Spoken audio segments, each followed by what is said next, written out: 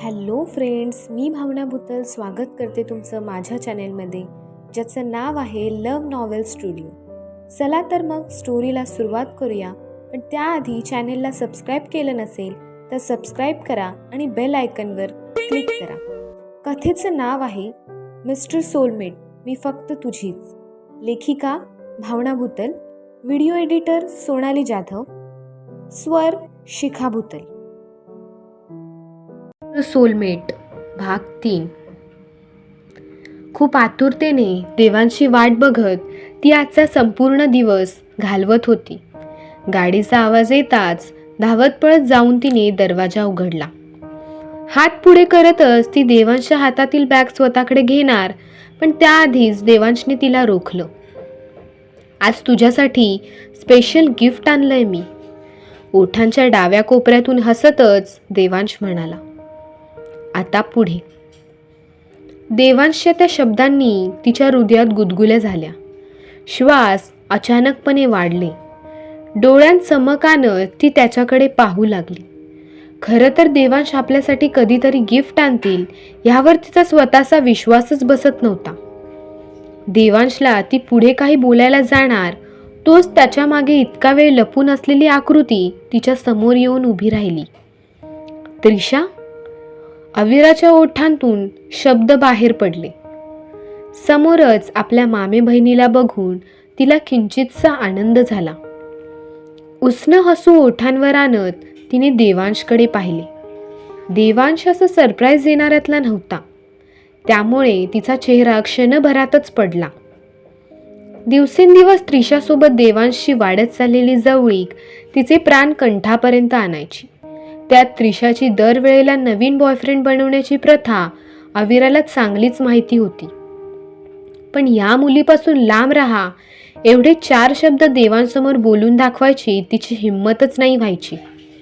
तसं बघायला गेलं तर देवांशला अविराच्या माहेरच्या लोकांबद्दल असणारी कुतूहलता अविराला चांगलीच माहिती होती. त्यात आज त्याचा चेहरा सुद्धा तिच्यासोबत खूप काही बोलत होता. आलास तू? मागून सासूबाईंचा आवाज अविराच्या कानी पडला. तसं डोक्यावर पदर घेत चष्मा नाकाच्या शेंड्यावर दाबत ती मागे झाली. डॉक्टर काय बोलले? देवांशची आजी काठीचा आधार घेत देवांशजवळ येतच म्हणाली. अविरा गोंधळलेल्या नजरेने देवांशकडे पाहू लागली. तो मात्र आज तिच्यापासून नजर चोरून उभा होता. सगळं काही ठीक आहे ना? तुम्ही दोघे बोलत का नाही? देवांशला दारात तसेच उभं ठेवत त्याची आई त्याला प्रश्न करू लागली. कमरेवर दोन्ही हात ठेवून प्रश्न करणाऱ्या स्वतःच्या सासूला अविरा बघतच राहिली. त्या घरात नक्की कोण आजारी आहे हेच तिला माहिती नव्हतं. बरं नाही वाटत का तुम्हाला? न राहून अविराने देवांशला विचारलं. तिच्या आवाजात त्याच्याबद्दल असणारी आपुलकी, प्रेम, काळजी या सर्व भावना त्याला अगदी स्पष्टपणे जाणवल्या. तू काय तोंड बघत बसणार का आमची? जाऊन पाणी घेऊन ये दोघांसाठी. आजे सासू मोठ्यानेच ओरडल्या तिच्यावर. त्यांच्या शब्दात इतका जोर होता की उभ्या जागीच अविरा 2 पाऊल मागे गेली. पळत ती देवांश आणि त्रिशासाठी पाणी आणायला निघून गेली. देवांशची आई त्याच्या आणि त्रिशाच्या हाताला धरतच आत घेऊन आली. दोघांनाही तिने जबरदस्तीने सोफ्यावर बसवलं. काय बोलले डॉक्टर? उत्साहित होतच त्यांनी देवांशला प्रश्न केला. 5 आठवडे झालेत. देवांश आणि माझं बाळ एकदम व्यवस्थित आहे, त्रिशा उत्तरली. त्रिशाचे ते शब्द कानावर पडताच अविराच्या हातून भरल्या पाण्याचे ग्लास खालीच कोसळले. एक कर्कश आवाज त्या ठिकाणी घुमला, ज्याने तिथली शांतता भंग केली. देवांश ताडकर उठून सोफ्यावरचा उभा राहिला आणि त्यासोबतच त्याचा परिवार सुद्धा. हिचं आणि तुमचं बाळ म्हणजे? डोळ्यात पाणी आणतच अविरा एक पाऊल देवांशच्या दिशेने टाकू लागली.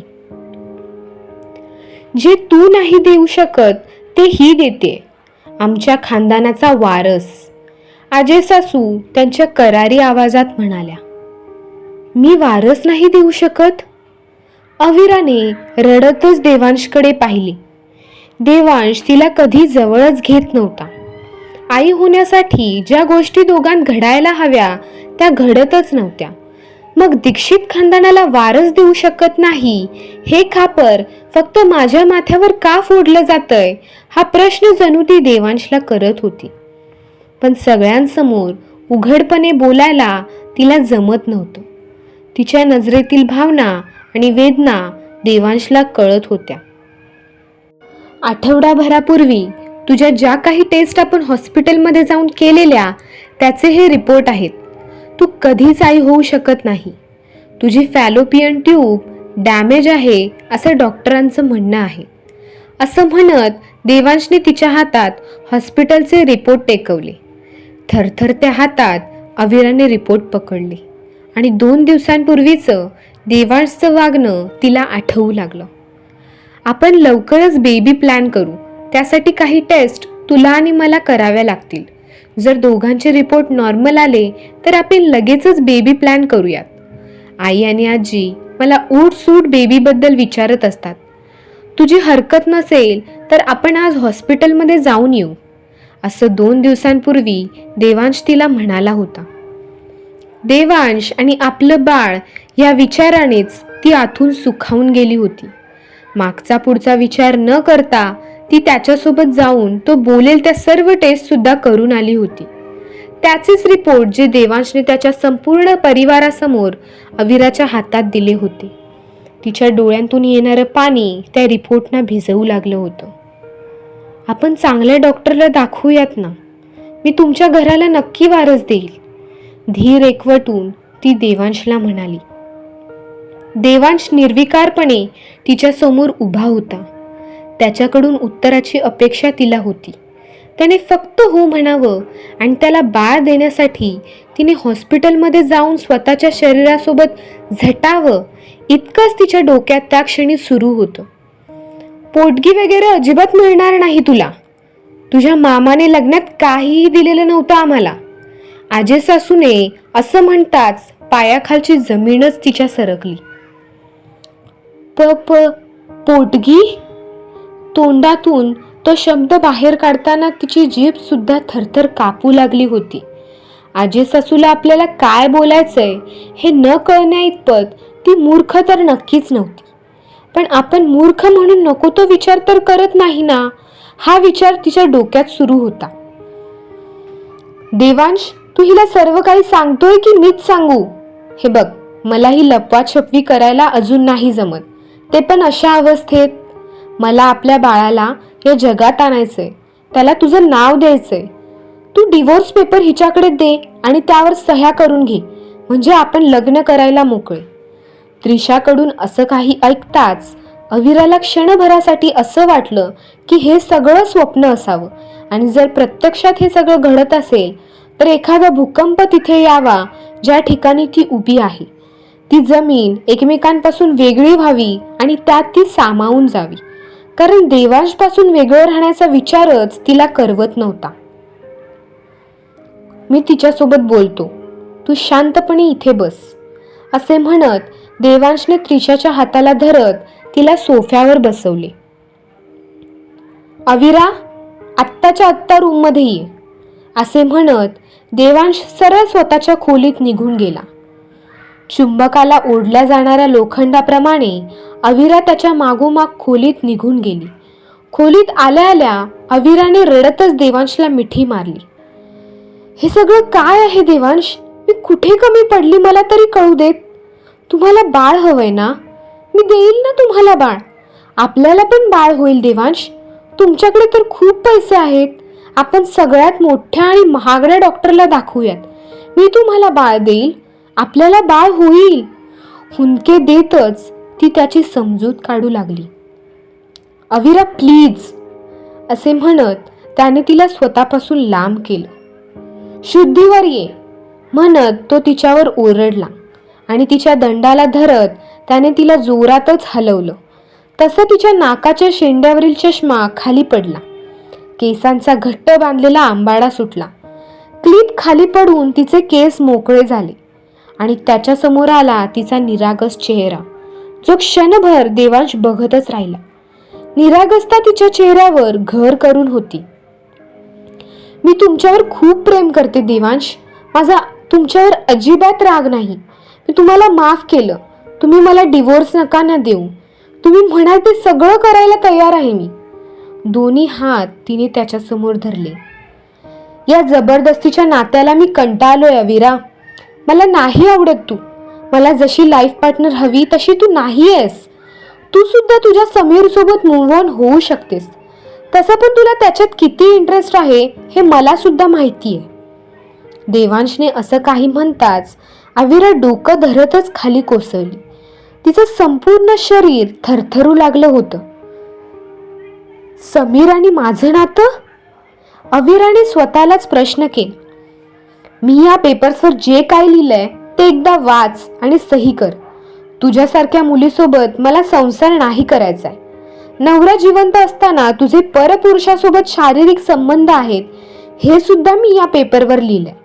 उगाच मला राग देऊ नकोस आणि जमल्यास ताबडतोब ही खोली खाली कर. आजपासून त्रिशा या खोलीत राहत जाईल.